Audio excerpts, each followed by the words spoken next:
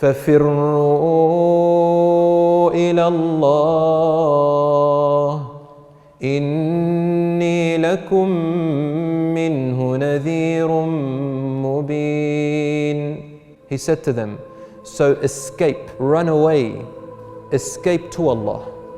I am from Him to you a warner. I warn you about Him. So run away to Him in order to protect yourself from Him. And Rasul sallallahu alayhi wa sallam used to make this famous dua, Allahumma inni a'udhu bika minka. Oh Allah, I seek refuge in you, from you. Rasul sallallahu alayhi wa sallam, after one of the battles that happened, there were some captives and the Muslims had to look after them. And there was this mother who was running from child to child, from baby to baby, trying to find her own child. She was so hysterical about finding her child until finally she found her child. And she hugged her child so intensely. Rasul ﷺ was watching this with awe, with compassion, with emotion, and he said to his companions, أَتَظُنُّونَ أَنَّ هَذِهِ الْأُمِّ مُطْرِحَةٌ أَوْ مُلْقِيَةٌ وَلَدُهَا فِي النَّارِ. Do you think that this mother would ever grab her child and throw it in the fire and burn it? They said, حَاشَ وَكَلَّا يَا رَسُولَ اللَّهِ. They said, never, it would have never crossed our mind. Then he said, sallallahu alayhi wa sallam, فَإِنَّ اللَّهَ لَأَرْحَمُ بِعِبَادِهِ مِنْ هَذِهِ الْأُمِّ بِوَلَدِهَا. Allah is more merciful to His servants than this mother is to her own child. There is nothing greater than the mercy of Allah subhanahu wa ta'ala. Nothing. And nothing can be compared to it. And Allah will refuse to put anyone in the fire just like that, unless they truly, truly, truly deserve it. Rasul sallallahu alayhi wa sallam tells us, this hadith is in Sahih Muslim. He says that Allah subhanahu wa ta'ala, He created rahmah between us and He took it from Himself and He gave us one portion of it and left 99 of its portion to be used in the hereafter. And He left a small portion of it for us to use in the world.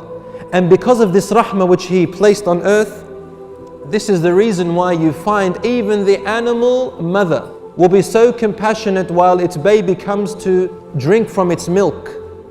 It is so careful that it doesn't step on its child. Who taught this deer, this animal, to be so compassionate to its baby, to give it from its body, its milk, and it is so careful not to tread on it? Who gave it this mercy? Allah subhanahu wa ta'ala. Because of this mercy, even the enemy of Allah subhanahu wa ta'ala drinks from the water of this earth, is given his comfort or her comfort. This is the mercy of Allah subhanahu wa ta'ala.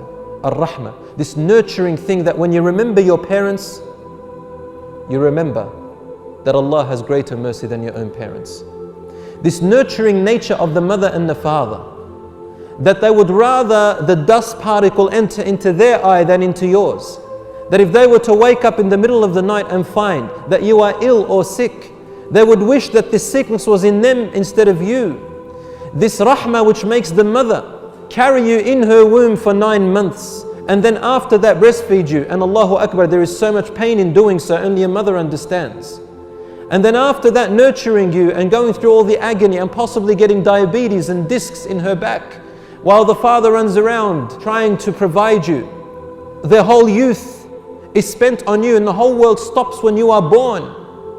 And for this reason we are called an ummah, taken from the name because we might as well be of one mother. All of this is due to the rahmah of Allah subhanahu wa ta'ala. When you see your mother and father being like that towards you, Allah tells us a lot about our parents. You know why? Allah is telling us indirectly about Himself. He's saying, see how I've given you your parents, and see how I have created this natural rahmah inside of them, how they see you as the most important thing for them in the whole world, in the entire universe. They would rather them die than you. See this which I created in your parents? Well, this is only a tiny speck of the portion of my mercy. It is my attribute of mercy, and I've given a little bit of it to your parents just to give you a small example of who I am. Who I am. So when your mother or father, they keep away something from you only in order to teach you to become stronger in life, they are nurturing you. When you prevent your son or your daughter who is 2 years old from opening the fridge, are you preventing them from eating or drinking? No, you're not. But you're preventing them from eating things that are bad for them, from grabbing the jar and it breaks on their foot and then the glass will go into their feet. Or they might grab the vinegar and drink it thinking it's water. Or they might open the cupboard under the sink and drink the detergent thinking it's water or food and then poison themselves. You are nurturing them. You're preventing them from certain things because you have rahmah towards your children. So don't ever think that when Allah prevents us from something, it doesn't mean that Allah subhanahu wa ta'ala is punishing us. He is nurturing you because we don't know any better.